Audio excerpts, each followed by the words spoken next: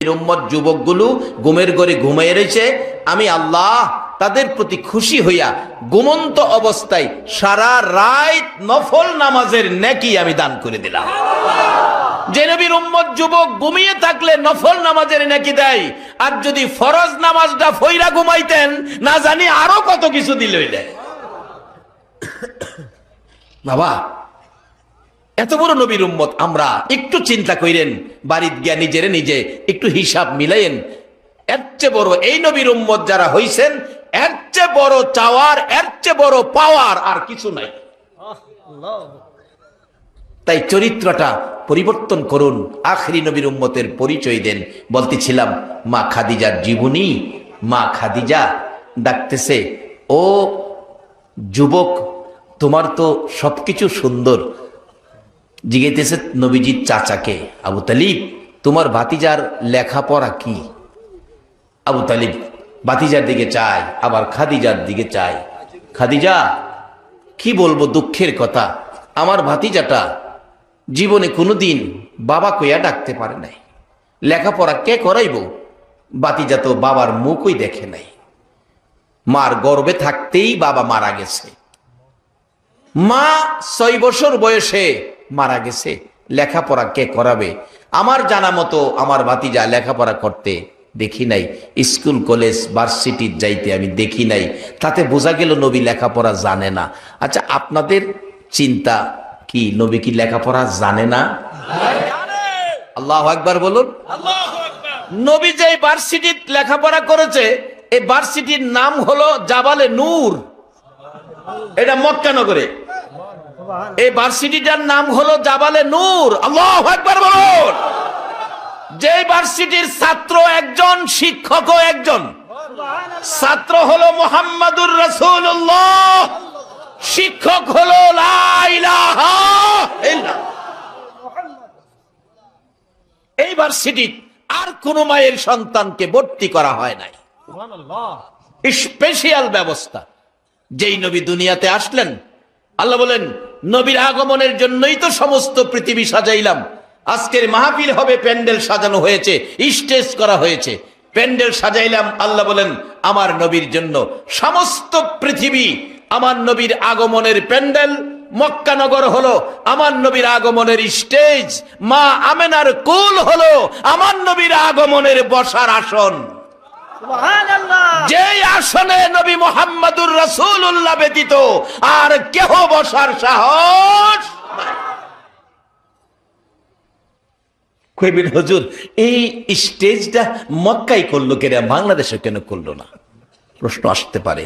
মক্কায় করার কারণটা হলো, মক্কার মানুষ অভাবী, মরুভূমি, কিছুই হয় না। মুরব্বীদের মুখে শুনছি, আগে মধ্যপ্রাচ্যের মানুষ আমাদের দেশে আইসা কাজকাম করে জীবন ধারণ করত। ছুরি চাক্কু বিক্রি করতো, তালা বিক্রি করতো, মুরব্বীরা বলতে পারবে। এই ইরানে ইরাকের হারা আইসা এদিকে এইগুলি করে সুদের উপরে টাকা টোকা লাগাইয়া এই ছুরি বেচতো, নানান জিনিস বিক্রি করে সংসার চালাইতো। কিন্তু মক্কা নগরে অশান্তি ছিল, মরুভূমি, কিছু হইতো না, মানুষ কষ্ট করে। আল্লাহ কয় এই জন্য রহমতের নবীর আসন স্টেজটা মক্কা নগরে দিলাম, নবীর বরকতে মক্কাবাসী সুখী হইয়া যাইব। বাবারা, ভাইরা, আমি কি কথাগুলো বুঝাইতে পারতেছি? আজকে সে নবী, আমরা নবী। মা খাদিজা জিগায়, আবু তালিব, লেখাপড়া যদি না জানে তাহলে তো ব্যবসার হিসাবের দায়িত্ব দিতে পারি না। তোমার ভাতিজারে জিগাও, রাখালের দায়িত্ব নিয়ে চাকরি করব কিনা। নবীজির চাচা আবু তালিব একবার ভাতিজার সুন্দর চেহারার দিকে চায়, আবার মরুভূমির রৌদ্রের দিকে চায়, আবার খাদিজার দিকে চায়, চোখের পানি ছেড়ে দেয়। রে খাদিজা, আমার এই সুন্দর ভাতিজাটাকে মা নাই বাবা নাই বলে আমি চাচা হইয়া মরুভূমির রৌদ্রের কষ্টের চাকরিতে দিতে রাজি হব না। আমি সম্ভব না, কষ্ট করব, ভাতিজারে এই কষ্টের মধ্যে দিতে রাজি না। ডাকতেছে খাদিজা, ও আবু তালিব, তা যদি না করো তাহলে তো আমার হাতে এখন আর কোনো চাকরি নাই। আমার নবী ডাকতেছেন, চাচা চাচা, ও চাচা, আপনি অরাজি হইেন না, আমি মরুভূমিতেও রাখালের দায়িত্বে চাকরি করতে পারবো, আমি পারবো চাচা, আমি পারবো, আপনি অনুমতি দেন চাচা, আপনি অনুমতি দেন। যুবক, আমার নবী কি শিক্ষা দিয়েছে? ও ওয়ারুকের ভাইয়েরা, চাচা অনুমতি দেন, চাচার অনুমতি ব্যতীত বাতিজা চাকরি নাই না। আর অহংকার দিনের কিছু বেয়াদব আছে, মা বাবার অনুমতি পর্যন্ত চায় না। যারা মা বাবার কলিজায় কষ্ট দিয়েছো, জান্নাতে যাইবা, বহু টাফ ব্যাপার জান্নাতে যাওয়া। বাবারা, ওয়াজটা একটু কঠিন হয়ে যাইতেছে, একটু করা হয়ে যাইতেছে মনে হয়। আর মনে হয় আমার দাওয়াত দিতেন না, না দিলে বাসি জবর দূর, কষ্ট হয়, পাওটাও ফুইলা যাবো থাকতে থাকতে। যাই হোক বাবারা, এগুলি কষ্ট না নিয়ে একটু চিন্তা করে কথাগুলো বাড়িতে নেন। এই রোগগুলি আমাদের মধ্যে ঢুকেছে, এই রোগ আমাদের দূর করতে হবে। আমরা এমন এক নবীর উম্মত যার মধ্যে কোনো ত্রুটি নাই। আজকে সেই নবীর ইজ্জত সমাজে প্রতিষ্ঠিত করতে গিয়ে আমরা সৎ চরিত্রের হতে হবে। আমরা আখেরি নবীর উম্মতের পরিচয় দিতে হবে। আমাদের আচার আচরণ দেখে যেন বিজাতিরা দলে দলে কালিমা পড়ে মুসলমান হয়ে যায়। আখেরি নবীর উম্মতের ওয়াজের কোন ক্যাসেট জানি একটা বাজতেছিল গাজীপুর জেলার কালীগঞ্জ থানায়। এখনো কালীগঞ্জ থানায় অনেক খ্রিস্টান আছে। হিন্দু মুসলমান হয়েছে অনেক, কিন্তু খ্রিস্টান মুসলমান হয়েছে এই খবর আমি বাংলাদেশে পাই নাই। কিন্তু একটা খ্রিস্টান কিছুদিন আগে গত রমজান মাসে আমার মসজিদে এসে আসরের পরে ডাকতেছে, তোফাজ্জল হুজুরকে। বৃহস্পতিবার দিন আসরের পরে বললাম, তো তোফাজ্জল, আমি হুজুর আপনার আখিরি নবীর উম্মতের ক্যাসেট শুনছি। আমি একজন খ্রিস্টান সদস্য, আমার ভাই খ্রিস্টান সমিতির সেক্রেটারি। হুজুর, আমি আখিরি নবীর উম্মত হতে চাই, কিন্তু উম্মত হয়ে হাত পাতে ভিক্ষা করব এরকম না। আমি আখিরি নবীর উম্মত হব, আমি একজন ইলেকট্রিশিয়ান, ভালো মিস্ত্রি, আমি কাজ করে খাবো, হাত পাতবো না। বললাম, বাবা খ্রিস্টানদের ব্যাপার কোন আইনের ফেসো হরি। আবার কালকে শুক্রবার গণ্যমান্য ব্যক্তিরা, জ্ঞানী গুণীজন থাকবে, তাদের সাথে পরামর্শ করে কালকে তোমাকে কালিমা পড়াইয়া মুসলমান বানাবো। এই সকালবেলা আইসা দেখি গুসুল টুসুল কইরা মসজিদের কোনাত বইরিছে, নামাজের সালাম ফিরাইয়া বললাম, মুসল্লিরা এই ঘটনা, আপনারা যারা আছেন জ্ঞানী গুণীজন একটু বসবেন, সে মুসলমান হতে চায়, মুসলমান হওয়ার জন্য আসছে। তখন বসছে মুরব্বীরা। জিজ্ঞেস করলাম এই ঘটনাটা কি করা যায়। একজন সাংবাদিক বলল, এটা আসলে আন্তর্জাতিক আইনের সমস্যা হতে পারে, তবে সরকারি অফিস, ইউনো অফিস থেকে কাগজ করে নিলে, এফিডেভিট করে নিলে মনে হয় ভালো হবে। তাই কি কি লাগবে? তার ভোটার আইডি কার্ড লাগবে, এই সেই লাগবে। সে বলতেছে, আমি ভোটার আইডি কার্ড আনতে গেলে আমাকে জিজ্ঞেস করবে কেন নেই, আমার ভাই যদি শুনে তাইলে আমার উপর টর্চারিং করবে। তখন ওই সাংবাদিক বলল, ঠিক আছে, তাইলে কালকে আমি অন্তত পক্ষে ইউনো অফিস থেকে একটা কাগজে লিখিত তার স্বইচ্ছাই মুসলমান হবে, এটা একটু কাগজে কালকে নিয়ে আসবো। আমি বললাম, তাহলে আগামী কালকে তোমাকে জোহরের নামাজের পরে মুসলমান বানাবো। যুবকটা শত শত মুসল্লির সামনে দাঁড়াইয়া দুইটা চোখের পানি ছেড়ে ডাকতেছে, হুজুর আমাকে এখন কালিমা পড়ান। আপনারা যে ফাইসালা দিলেন কালকে আমারে কালিমা পড়াবেন, আজকে বিকালে যদি আমার মৃত্যু হয়ে যায় তাহলে তো আমি আখিরি নবীর উম্মত হতে পারলাম না। এখন আমাকে কালিমা পড়ান। ও আখিরি নবীর উম্মত, একজন খ্রিস্টান যুবক তোমার নবীর উম্মত হতে চাই, আর তুমি সেই নবীর উম্মত হইয়া তোমার চরিত্রে বেজাল রাখতে পারো না, নবীর কলঙ্ক হবে, নবীকে কলঙ্ক করতে পারো না। বাবারা আসো, আমরা আখিরি নবীর উম্মত হই, যে নবীর উম্মতের পরিচয়ের উপর কি না হবে আসতেছি সামনে। আপনাদের কষ্ট হইতেছে না তো? বলতেছিলাম, খাদিজা বলতেছেন, আবু তালিব তোমার ভাতিজা রাজি হয়। খাদিজা কিন্তু এই রাখাল ছাড়তে রাজি কয় না, ছাড়তে রাজি। তোমার ভাতিজা তো রাজি, তুমি রাজি হও না। নবীজি বারবার বলতেছে, চাচা আপনি অনুমতি দেন, আমি পারবো চাচা, আমি পারবো।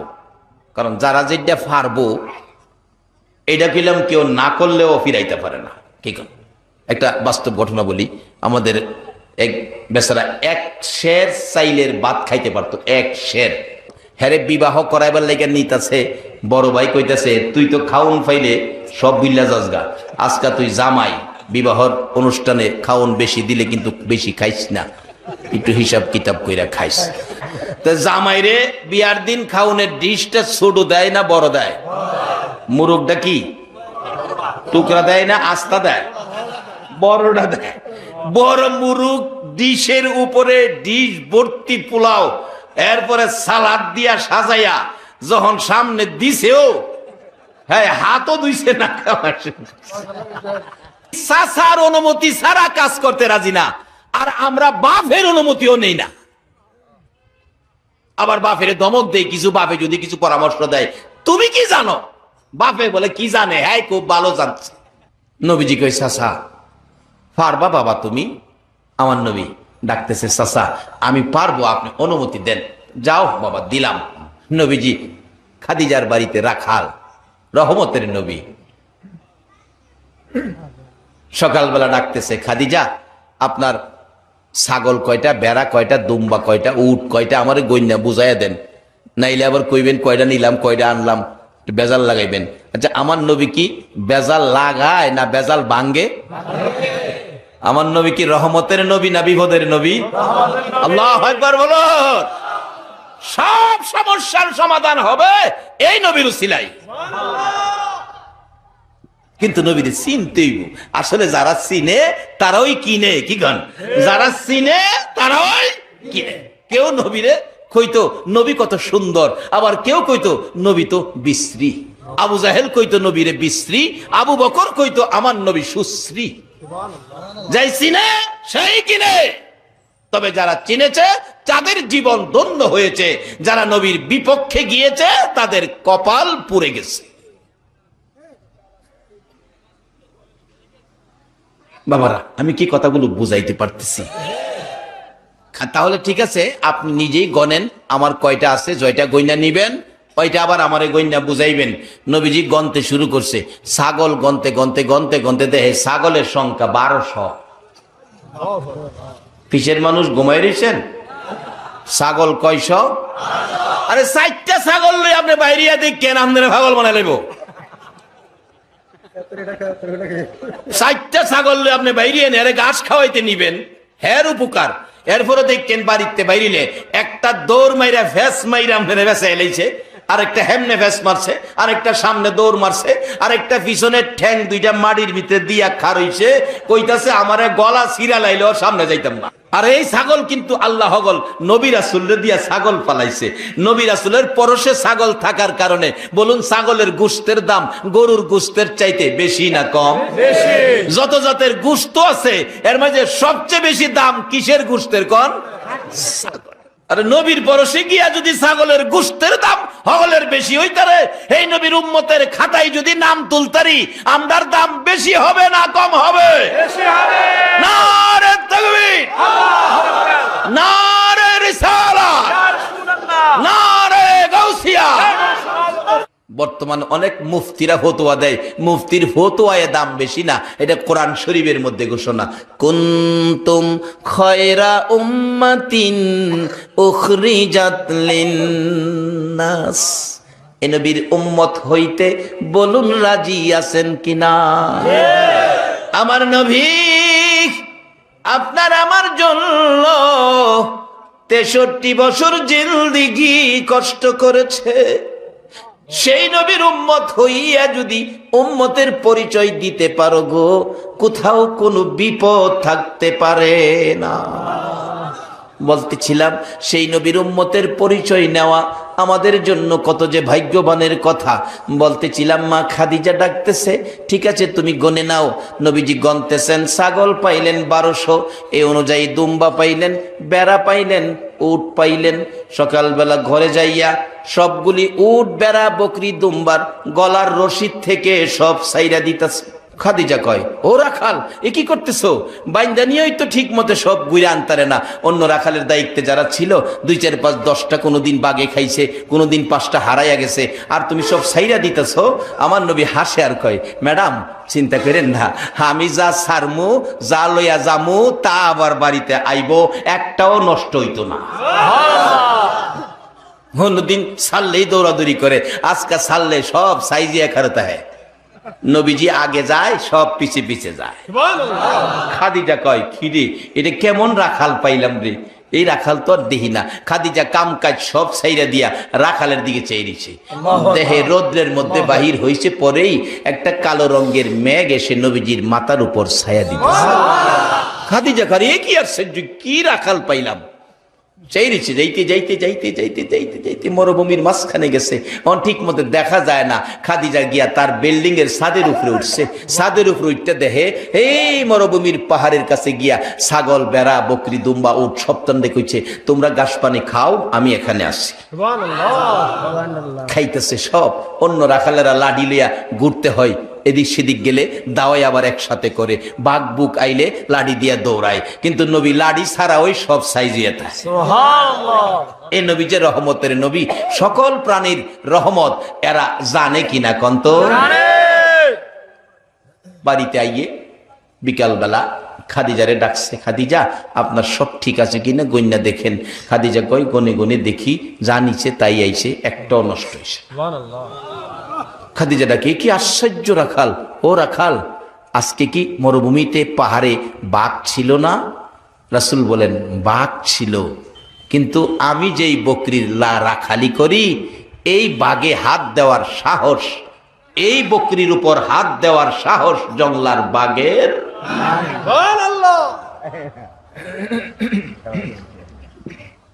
যে নবীর রাখালের জীবনে বকরির গায়ে বাঘে হাত দেওয়ার সাহস পায় না, এই নবীর উম্মত হইয়া যদি কবরও যাইতে পারেন, বলুন আপনাকে কষ্ট দেওয়ার সাহস কারো আছে? বাবারে কি করতেছো এই নবীর উম্মত হইয়া? আগিলা মুরব্বীরা একটু ত্রুটি যদি জীবনে আইছে, রাত্রে গুনগুনে কানছে, মিচামিচি কাটাইলাম জিন্দিগি, বলুন মিছামিছি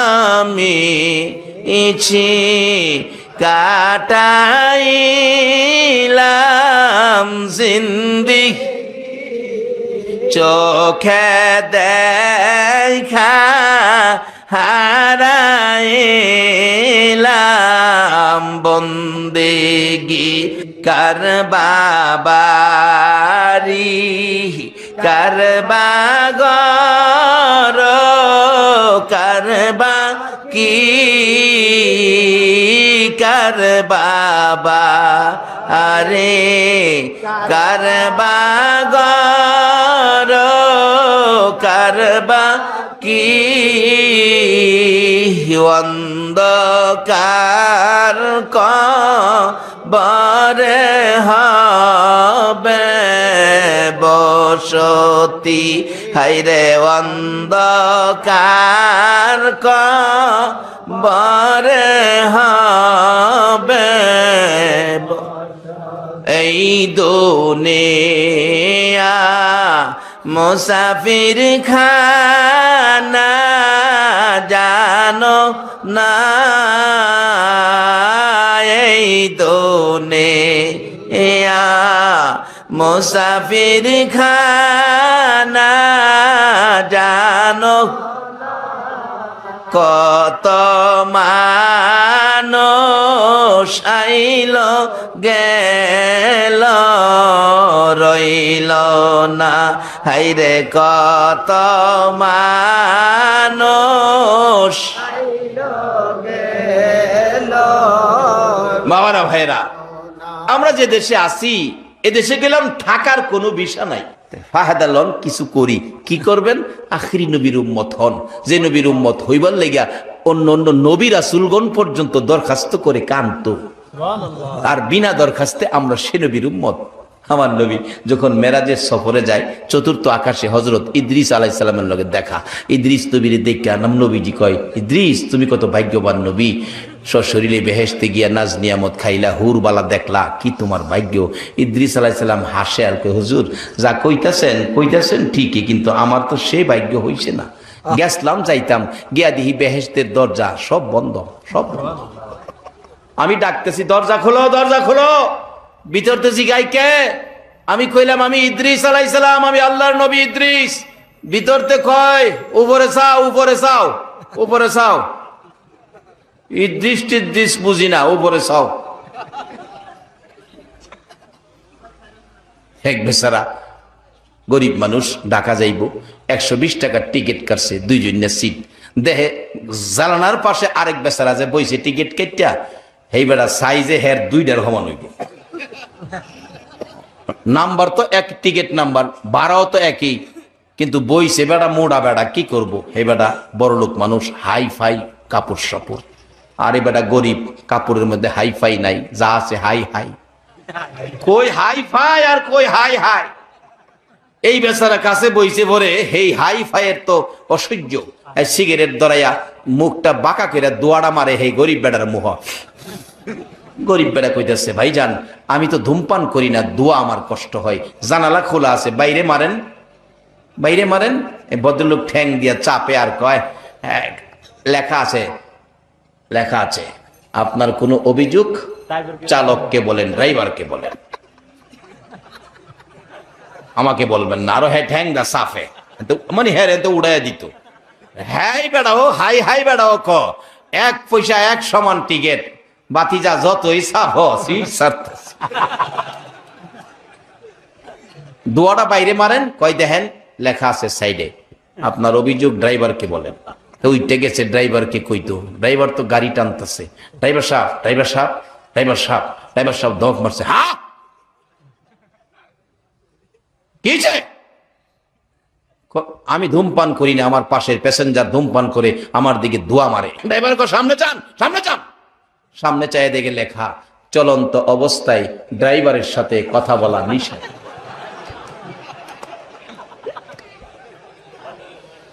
অহন বেচারা বিচার আর কই পাইব, মনটা কষ্ট করে আই পড়তেছে। ইদ্রিস নবী বেহেশতের দরজায় ধাক্কায়, ভিতরতে জিগায় কে? আমি ইদ্রিস আলাইহিস সালাম, আল্লাহর নবী ইদ্রিস। বেহেশতের ভিতরে যাবো, দরজা খোলো। বেহেশতের ভিতরেতে কয়, উপরে তাকাও, উপরে। ইদ্রিস আলাইহিস সালাম কয়, ইয়া রাসূলুল্লাহ, আমি উপরে তাকাইয়া দেখি দরজার উপরে লেখা, আখিরি নবী উম্মত নিয়ে না আসা পর্যন্ত কারো জন্য বেহেশতের দরজা খোলা হবে না।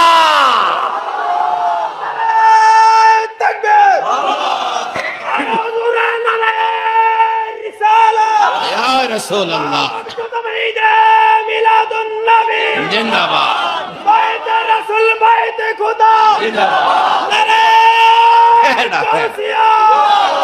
বাতিলের আতঙ্ক আশিকে রাসূল তবাদুল হোসেন সাহেব জিন্দাবাদ, জিন্দাবাদ। বেয়াটা একটা মাশাআল্লাহ, সবাই বলুন মারহাবা। নবীর শানে কইতো না, কার শানে কইব?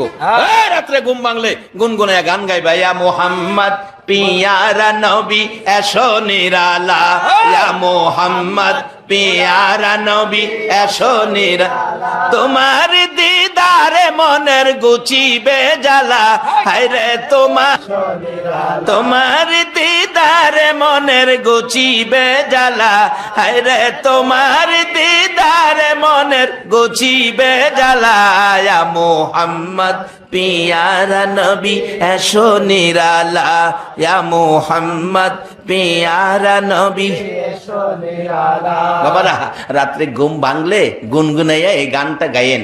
আর কেমনে গাইবেন? এক জাতের হুজুররা বাইরিছে, গান গাইলে তো ফতোয়া দিব, এটা শিরিক, এটা শিরিক, এটা বেদাত, বেদাত।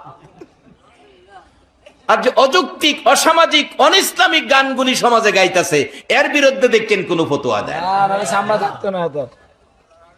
ফিচ্ছি হুলা একটা গান গাহে দিন হুনি, তোমায় দেখলে মনে হয় 1000 বছর তোমার সাথে ছিল পরিচয়। 10 বছরের ফুলা গান গা, 1000 বছর বলে হের কাল লগে পরিচয়।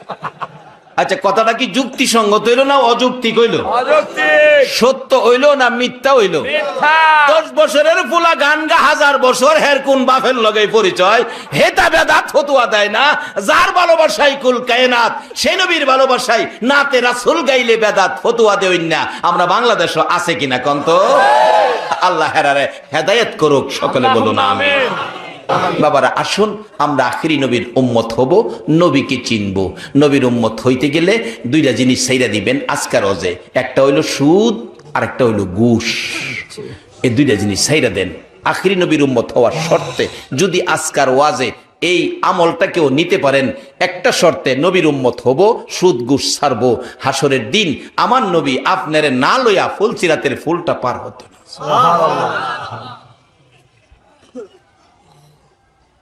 আসলে নবীরে না চিনা পর্যন্ত এগুলি পারতেন না, ছাড়তেন। দেখেন খাদিজা কি করতেছে, দেখেন খাদিজা কয় কি আশ্চর্য, গইন্যা দেহে যা নিচিন তাই ফিরাইছে। প্রত্যেক দিন এভাবে বাগে একটারেও ধরে না। এই নবীর উম্মতের পরিচয় ফাইলে আমরা রেও বাগে, আর অহন কেলাম মশাই ফাইলে সারে সারে কারেন্ট না তাহে বলা খালি গায়ে শুয়ে দেখেন, ঘুমাইবার আগে মশাইয়া ডাহে কি গানও খুশি, গুনগুন গুনগুন গুনের বন্ধু গুনগুন ঘুমাও, ঘুমাও গো বন্ধু ঘুমাও, ইঞ্জেকশন বাউ করতেছি। আর যদি নবীর উম্মতের পরিচয় দিতে পারেন, বাঘ পর্যন্ত আপনার ইজ্জত করবে। তার বাস্তবটা আমরা ভালো বুঝি। নবীজির একজন সাহাবীর জীবনী, উনি নদী পথে যাইতেছে নৌকা দিয়ে, নৌকাটা ঘূর্ণিঝড়ে ভাঙ্গা টুকরা টুকরা করে দিছে। সবগুলি মানুষ নদী গর্ভে বিলীন, শেষ, মরে গেছে। নবীর সাহাবীটা কোন রকম সাঁতরাইয়া কাঠের টুকরায় ধরে কিনারে উঠছে। ওইটা কইতাছে আল্লাহ সব মূল্য, আমি তো বাঁচলাম। যেখানে খারুইয়া কইতাছে বাঁচলাম, এটা সুন্দরবনের জংলার মতো আফ্রিকার একটা বাঘ ভাল্লুকের জংলা, যেখানে মানুষ নামে কোনো প্রাণী বসবাস করে না, শুধু মানুষ খাওয়ার প্রাণী ওই থাকে। একটু পরে কিনারে খারুইয়া দেহে বাঘের গন্ধ করতেছে। বাঘ দেহে তার নাহের মধ্যে মানুষের গন্ধ লাগতেছে। বাঘের কি মোবাইলের দোকান আছে? বলে কই আমার খাউন আছে, আরেকজনে কয়ে দিব। এই নাহের মধ্যেই আল্লাহ সব ফিট করে দিছে। এই গন্ধে সব কইতারে কই আছে না আছে। কিছু প্রাণী আছে, গাউসে পাকের কিতাবে লিখছে একটা মাসি হ্যাঁ 3 মাইল পর্যন্ত কইতারে কার বাড়ি কত নম্বর দাগে, সিএস আর ওয়ার কত, কয় তালাত, কোন রুমে কাডল ভাঙছে। প্রাণীটার নাম কি? মাসি। এই ক্ষমতাটা মাসিরে দিছে কে? আল্লাহ। বিশ্বাস না করলে এবার কাডালের সিজনে 7 তালাত কাডল ভাঙবেন। মাইকিং নাই, পোস্টারিং নাই, বিনা মাইকিং বিনা পোস্টারিং এ দেখবেন হ্যাঁ গিয়ে আপনার জায়গা মতো হাজির হয়ে গেছে।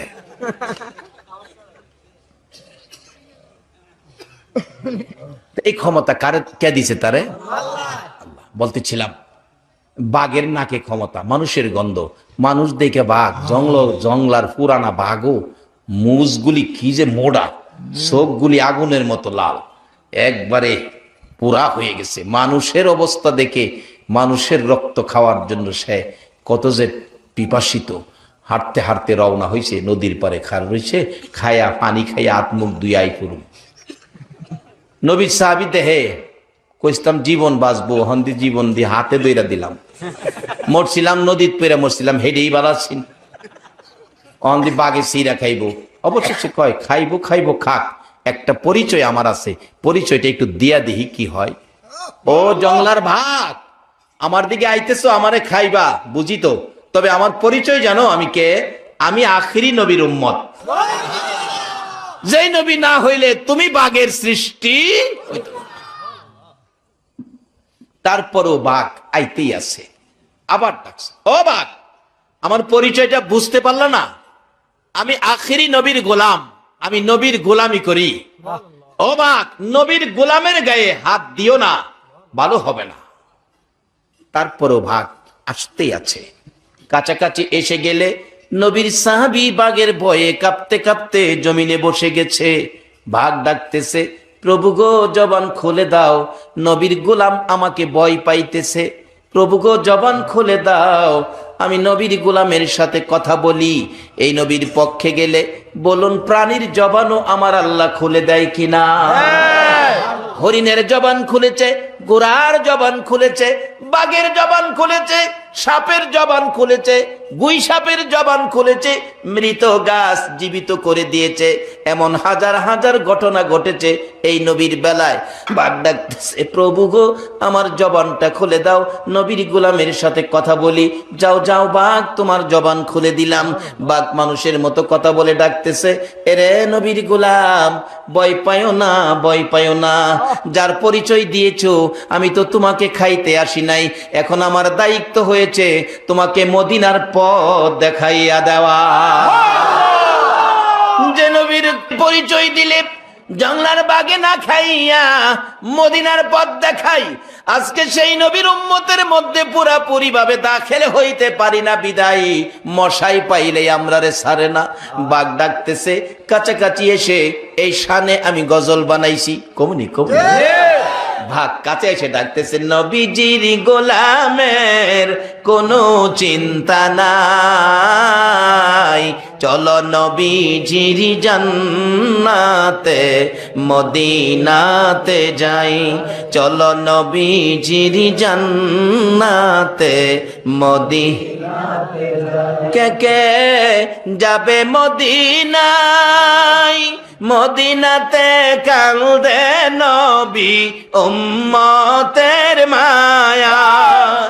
কে কে যাবে মদিনায়, মদিনাতে কান্দে নবী উম্মতের মায়া। দিনে রজনী কান্দেন যিনি, দিনে রজনী কান্দেন যিনি, শুয়ে রোয়া যায়, চলো নবীজির জান্নাতে মদিনাতে যাই, চলো নবীজির জান্নাতে মদিনাতে যাই। কঠিন হাসরের দিনে বেহেশতে যাবে না নবী উম্মত বিনে, কঠিন হাসরের দিনে বেহেশতে যাবে না নবী উম্মত বিনে। মাফ করিয়ে দিবেন আল্লাহ, মাফ করিয়ে দিবেন আল্লাহ নবীর ওসিলায়, চলো নবীজির জান্নাতে মদিনাতে যাই, চলো নবীজির জান্নাতে মদিনাতে যাই। বাঘ ডাকতেছে, নবীর গোলাম তোমাকে খাইতে আসি নাই, আমি তোমাকে মদিনার পথ দেখাবো, পিছনের লেজটার মধ্যে ধরো, আমি মাঝখান দিয়ে জঙ্গলাটা তোমাকে পার করে দেব। অন্য বাঘ চাই রিছে, এই বাঘে হুঁশিয়ার করে দিচ্ছে, এদিকে চাইস না, কারে নিয়ে যাইতেছি খবর রাখ, যে নবী না হইলে আমাদের সৃষ্টি সব চাইছে, মাঝখান দিয়ে চলছে। এমন পরিবেশ কিন্তু হয়, আপনাদের শহরেও হয়। মন্ত্রীর গাড়ি আইলে আগে দেখবেন পুলিশ সার্জেন্ট হোন্ডালিয়া বাসি ফুদাই, সাবধান সব সাইড করো, মন্ত্রীর গাড়ি আইতেছে। আবার মন্ত্রীর আগের পুলিশের গাড়িটা জানালাদা দুই পুলিশ দুই দিকদা লাডি বাইর করে দেয়, সব ব্রেক, একটা গাড়ি চলবে। নবীর সাহাবী বলেন, জঙ্গলার সব হিংস্র প্রাণীরা ব্রেক, একটা ভাগ আমাকে নিয়ে চলছে, একটা পরিচয়ের উপর, আমি আখেরি নবীর গোলাম। সে নবীর গোলাম হইতে যা কিছু দরকার করতে রাজি আছেন? প্রথমত সুদ আর ঘুষ ছাড়তে হবে, ধরতে হবে জামাতের সহিত নামাজ।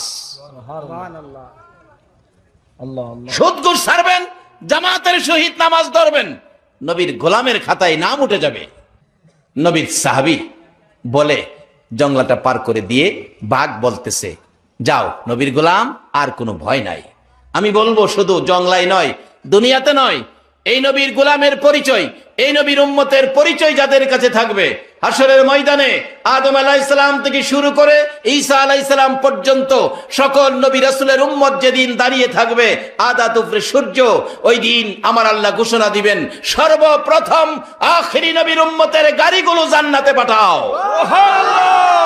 সে নবীর উম্মত হইতে গিয়ে যা কিছু করা দরকার করা আমাদের উচিত কিনা বলুন? তাহলে আজকার ওয়াজে সুদ ঘুষটা ছাড়বেন, জামাতের সহিত নামাজটা ধরবেন, আর এই নবীর চিনবেন, চিনতে পারলে আল্লাহরে পাইবেন। পক্ষে নবীর পক্ষে যারা, আল্লাহ থাকবে তার পক্ষে খাড়া। তার বাস্তব খাদিজার জীবনী। খাদিজা বললেন, না, এই রাখাল আর কোনোদিন ছাড়বো না। নবীজি আরেকদিন দেখে মরুভূমিতে এইভাবে হাতটা দিয়ে পাহাড়ের কিনারে পাথরের উপর হাতটা রেখে নবী ঘুমিয়ে আছে, মেঘের টুকরা ছায়া দেয়, কিন্তু গরমটা খুব বেশি ছিল। অনেক সময় গরম বেশি হলে কিন্তু ঘরের ভিতরেও গরম লাগে, গরম বেশি, নবীজি গরম। এমন সময় দেখে অজগর সাপ এসে ফনা ধরে মাথাটা তাল পাতার পাখার মতো ফনা করে নবীজির চেহারা মুবারকে বাতাস করছে। আচ্ছা, পৃথিবীর এমন কোন মায়ের সন্তান আসেনি সাফে বাতাস দিব? তা এই নবীরে ব্যবহারটা মনে যাসা সেভাবে করেন না, যে জায়গায় নবী থাকার কথা সেই জায়গায় রাইখা ব্যবহার করেন। খাদিজা দেখা ওই বিল্ডিং এর ছাদের থেকে দেহে কয়, আর মরুভূমিতে দিব না। বিকালে আসছে, ও রাখাল, আজকাল থেকে মরুভূমির দায়িত্ব তোমার না, তুমি ব্যবসার দায়িত্বে। লম্বা ঘটনা, এখানে ওয়াজ করলে 2 ঘন্টার দরকার। ব্যবসায় নবী গেছে, বলুন লাভ কম হইব না বেশি হইব? বেশি হবে। খাদিজা এই অবস্থা দেখে আর নিজেকে নিজে কন্ট্রোল করতে পারে নাই। গার্জিয়ান এলাকার তার বংশের সবাইকে ডাকছে, বলছে তোমরা আমাকে যুবক মোহাম্মদের কাছে বিবাহ দিয়ে দাও।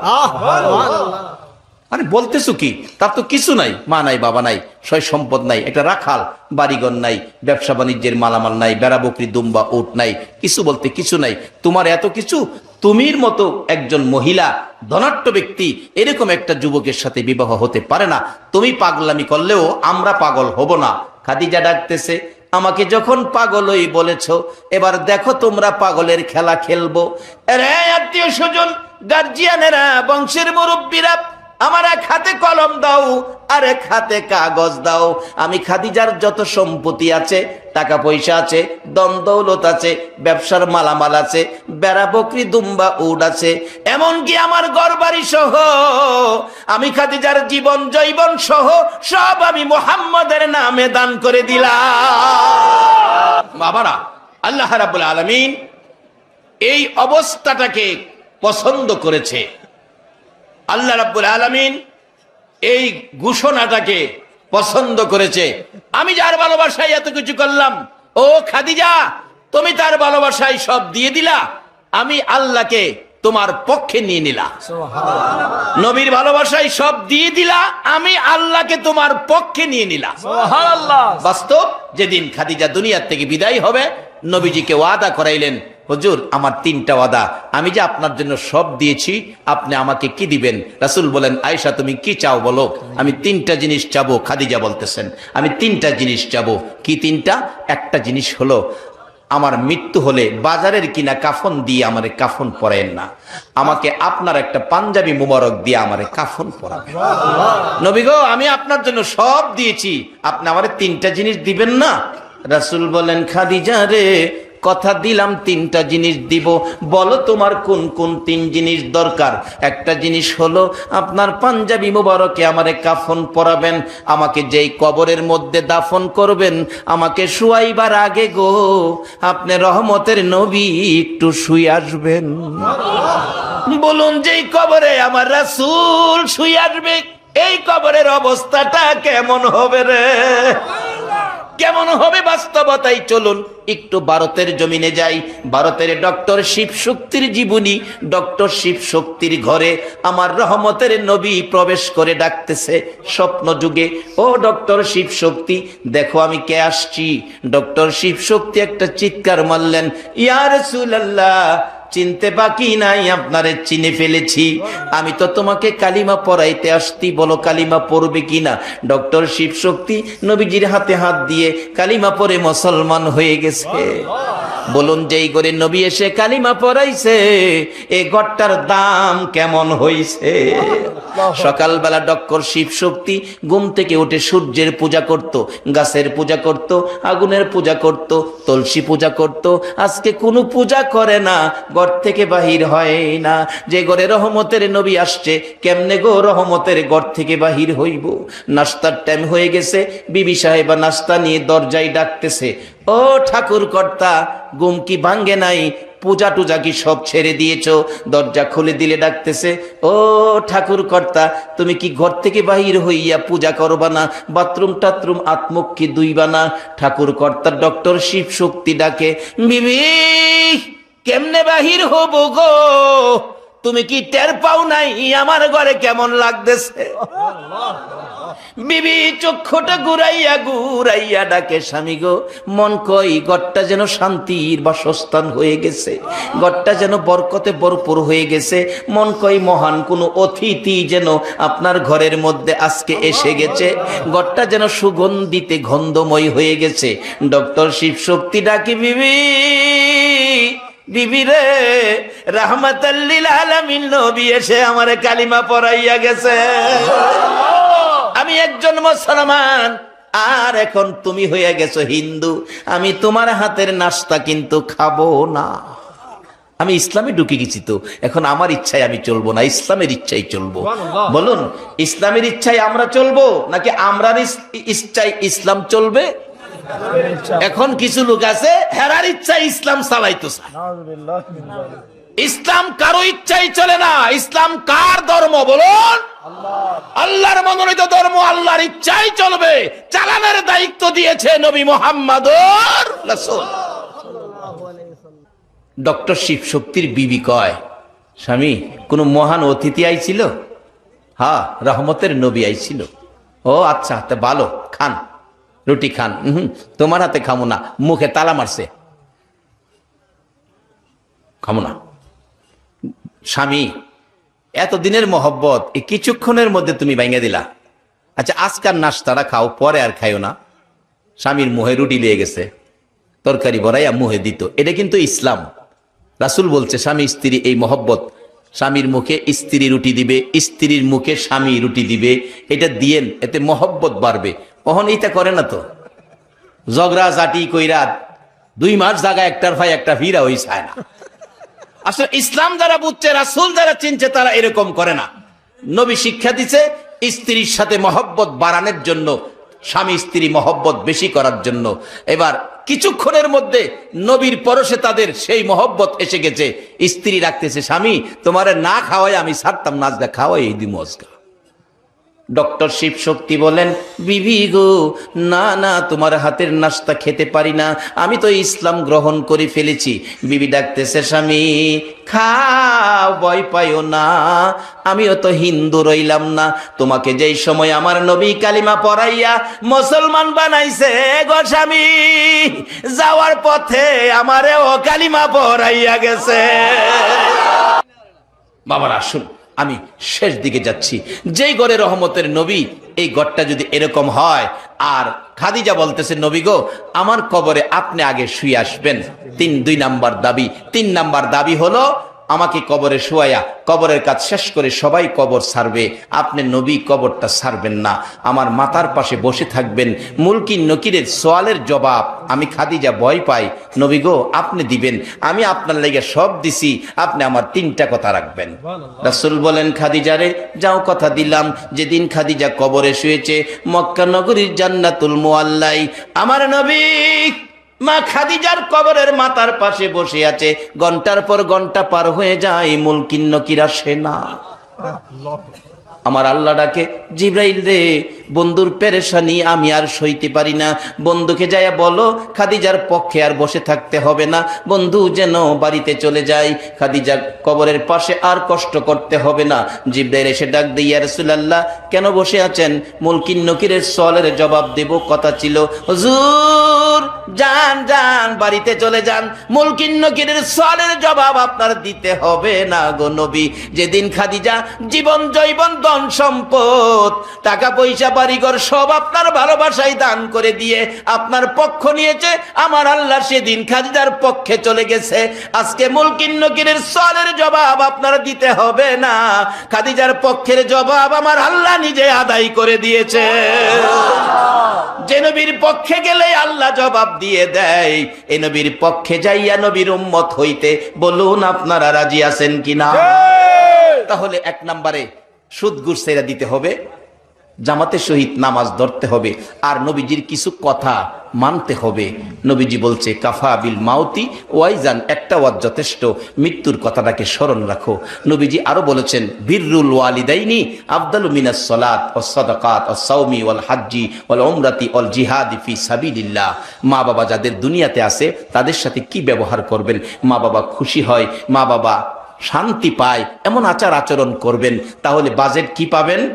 রাসূল বলছে একটা লোক নামাজ পড়ছে, সদকা করছে, হজ করছে, রোজা রাখছে, উমরা করছে, আল্লাহর রাস্তায় জিহাদ করে যেই নেকি লইয়া বাড়ি যাইতেছে, আরেকটা লোক গরিব মানুষ রিকশা চালায়, ভ্যান চালায়, বাসের হেল্পার, টেম্পুর হেল্পার, বাড়িতে যাওয়ার সময় রাত্রে 8টা বাজে মা কি খাইলে খুশি হইব এই চিন্তা কইরা কমলার দোকানে যাইয়া 2টা কমলা লইছে 20 টাকা দিয়া। বাবা কি খাইলে খুশি হয়, ফলের দোকানে যাইয়া 100 গ্রাম আঙ্গুর লইছে, মার লাগে 2টা কমলা, বাবার লাগে 100 গ্রাম আঙ্গুর লইয়া মা বাবা যেই ঘরে থাকে দরজায় গিয়ে ডাকছে, মা, মা গো, বাবা কই? মা ডাকতেছে, বাবা তোমার বাবা তো এতক্ষণ রাস্তায় দাঁড়াইয়া ছিল, এখনো তুমি আসতেছো না? আর আমি মা তো দরজাটা খুইলাই তোমার লেগে দাঁড়াইয়া রইছি। বলুন রাত্র 2টা হোক 2:30 হোক, সন্তান বাড়িতে না আসা পর্যন্ত একটা ঘরের দরজা বন্ধ হয় না। বলুন এ ঘরটা কার? মা। মা এত কষ্ট করো আমার জন্য, বাবা কই? বাবা যে আমার জন্য ছোটকালে মাথার গাম পাতায় ফালাইয়া রোজগার করে আমাকে লালন পালন করেছে। বাবার জন্য 2টা, আপনার জন্য 2টা কমলা, বাবার জন্য 100 গ্রাম আঙ্গুর আনছি। মাগো গরিব মানুষ, বেশি খাওয়াইতে পারি না, রুজি রোজগার কম, মাগো খাও গো মা, আমার ছেলে মেয়েরে দিও না, তোমরা 2 জনে খাও, তোমার নাতি নাতকরকে দিও না। মা বাবা দেখবেন খুশি হইয়া মুস্কি মুস্কি হাসবে। ছেলে মেয়ের জন্য আনো নাই, মা বাবার জন্য আনছো। বাবা এমন সন্তান তুমি, আল্লাহ আমরারে কেমন সন্তান দিয়েছে।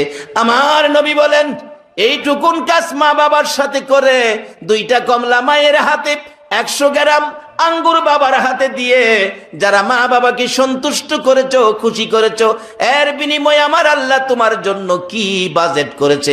আমার নবী বলেছে একটা লোক নামাজ পড়ে, সদকা করে, রোজা রেখে, হজ করে, উমরা করে, আল্লাহর রাস্তায় জিহাদ করে যেই নেকি পাইলো, তুমি মা বাবারে খুশি করে এর চেয়ে বেশি নেকি তোমার আমল নামায় লইয়া গেলা। বাবারা নবীর কথা মানুন, নবীর উম্মত হওয়ার জন্য এই কাজগুলি করবেন, এই অনুরোধ আপনাদের প্রতি রইল। যে নবীর পক্ষে খাদিজার মতো ব্যক্তি ধন সম্পদ, টাকা পয়সা, বাড়িঘর দান করে দেওয়ার কারণে আমার আল্লাহ তার পক্ষে চলে গেলেন। মুলকিন নকিরের সওয়ালের জবাব নবী না দিয়ে আমার আল্লাহ নিজে আদায় করে দিলেন। যে নবীর পক্ষে গেলে আল্লাহকে পক্ষে পাওয়া যায়, এ নবীর পক্ষে আপনাদের কাছে 2টা হাত বাড়াইলাম। রব্বুল আলামিন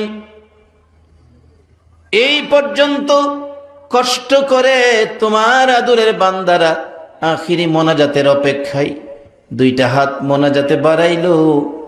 আল্লাহ গো, আমি জানি না কার মনে কি দুঃখ, কার মনে কি ব্যথা, কার জানি মনে দুঃখ আছে। হুজুর কতজনের মা আছে, আমরার মা নাই, মা নাই। কতজনের বাবা আছে, আমরার বাবা নাই গো, বাবা নাই। কে জানি আজকের মাহফিলে হাত বাড়াইছে মায়ের অভাবী, মা হারা গো। যে মা সন্তান কোথাও গেলে রাত্র 2টা বাজলেও মা দরজাটা খুইলা বিনাইয়া বিনাইয়া কান্ত। একটা গাছের পাতা যদি পড়ছে, মায়ের কানে একটু আওয়াজ যদি আসছে, মা 2 কদম সামনে গিয়ে চিৎকার মেরে ডাক মারছে, বাবা আইস, আমি তোমার মা দাঁড়াইয়া রইছি। এ মাহারা মার অভাবী, যার বাবা নাই গো, যে বাবা সন্তান কোথাও গেলে রাত্র 10টা বাইজা গেলে বাবার মন আর ঘরে টিকে নাই। বাবা ডাকছে, হারিকেনটা ধরাইয়া দাও গো, দেখি আমার সন্তান কই। বাস স্ট্যান্ড যায়া দাঁড়াইয়া রইছে, এখনো কেন আমার বাবা আসে না। একটা বাস যদি স্ট্যান্ডে লাগছে, বাবা দৌড়াইয়া দরজার কিনারে দাঁড়াইছে। কত মানুষ নামলো, সন্তান নামলো না। বাবা চোখের পানি ছেড়ে কান্দে, মাবুদ কই গো আমার আদুরের সন্তান। কত মানুষ আইলো, আমার বাবা তো আইলো না। এ বাবার অভাবী কে জানি হাত বাড়াইছে গো, এ বাবার কথা কেমনে বুইলা গেছো। এ মার দরদিরা, মার অভাবীরা গো, মার কথা কেমনে বুইলা গেছো গো। একটা মায়ের অভাবী ছেলে দেখেছি, কি ব্যথা তার মনে। 6-7 বছর বয়স, মা বাচ্চা হবে ডেলিভারি। এলাকার মহিলারা কয়, হসপিটালে যান তাড়াতাড়ি, আপনার অবস্থা ভালো না। মা বুরগা পরে বিকালবেলা রওনা হয়েছে, হসপিটালে যাবে। ছেলেটার সামনে দাঁড়াইয়া ডাকে, মা কই যাইবা গো, আমারে কিছু কইলা না গো মা। তুমি না কোথাও গেলে আমারে আগে জামা কাপড় পরাইতা, তারপরে নিজে বুরগা লাগাইতা। আজকে আমারে কিছু না কইয়া বুরগা লাগাইছো, কই যাইবা তুমি? বাবা গো, আমি হসপিটালে যাব, আমার অবস্থা বলে ভালো না। ছেলেটা ডাকতেছে, মা দেরি করো না, তাড়াতাড়ি আইসো, তুমি না আসলে আমি কার গলায় ধরে ঘুমাবো গো মা। মা চোখের পানি ছেড়ে ছেড়ে ডাকে, বাবা জানি না রে বাবা, ভাগ্য যদি ভালো হয় বাড়িতে ফিরে আসবো, মায়ের গলায় ধরবি। ভাগ্য যদি খারাপ হয় জীবনে আর মার মুখ দেখবি না। এই আল্লাহ, যারা পরীক্ষা দিতেছে কামিয়াবি দান করে দাও, যারা লেখাপড়া করে লেখাপড়ায় বরকত দিয়ে দাও, যাদের ছেলে মেয়ে দিয়েছো ছেলে মেয়েদেরকে নেক হায়াত বাড়াইয়া দাও, ছেলে মেয়েদেরকে অকালে মৃত্যু দিও না, মা বাবার কলিজায় আগুন জ্বালাইও না, ছেলে মেয়েদের মুখে এতিমের দাগ লাগাইও না, ছেলে মেয়েদের মা বাবার হায়াত বাড়াইয়া দাও। আল্লাহর একটা দরখাস্ত করি, গাউসে পাকের রুহানি ফয়েজ আমাদেরকে নসিব করে দাও। আজকের মাহফিলের কষ্টের বিনিময় আর কিছু দাও বা না দাও, তোমার নবীরে একদিন ঘুমের ঘরে স্বপ্নে দেখাইয়া দাও। নবীজিকে স্বপ্নে দেখাইয়া আমাদের কলিজা ঠান্ডা করে দাও গো আল্লাহ। মা বোনদেরকে রাবিয়া বসরির মতো বানাইয়া দাও। আল্লাহ, মাহফিল শেষে যারা যেখানে যাবে সহি সালামতে পৌঁছাইয়া দাও। মাবুদ, 15তম বার্ষিকী মাহফিল বিদায় হয়ে যায়, এই মাহফিল তোমার কুদরতি হাতে দিয়ে গেলাম। কিয়ামত পর্যন্ত এই মাহফিল তুমি কায়েম রাখো গো আল্লাহ। এই মাহফিলে যারা আসছে আসবে, সাহায্য সহযোগিতা করেছে করবে, সকলকে তুমি কাল কিয়ামতে নবীর গোদারায় উঠাইয়া ফুলসিরাতের ফুল পার করে দিও গো আল্লাহ। এ আল্লাহ, মাহফিলের উসিলাই 3 দিনের মধ্যে এলাকায় রহমতের বৃষ্টি দাও গো আল্লাহ। আল্লাহ, 3 দিনের মধ্যে রহমতের বৃষ্টি দাও গো আল্লাহ। তোমার নবীর আশিক পাগলদেরকে রহমতের বৃষ্টি দিয়ে শান্তি করে দাও গো আল্লাহ। মাবুদ, এই মাহফিলটা কিয়ামত পর্যন্ত তুমি কায়েম রাখো গো আল্লাহ। যতগুলো দরখাস্ত করলাম মাহফিলের উসিলাই, দুরূদ ও সালামের উসিলাই, ইয়া আল্লাহ, গাউসে পাকের নেগা রুহানি ফায়েজের উসিলাই আমাদের সবগুলো দরখাস্ত কবুল আর মঞ্জুর করো গো আল্লাহ। ওয়া সাল্লাল্লাহু তাআলা আলা খায়রি খালকিহি মুহাম্মাদিন ওয়া আলা আলিহি ওয়া আসহাবিহি আজমাইন বিহাক্কি লা ইলাহা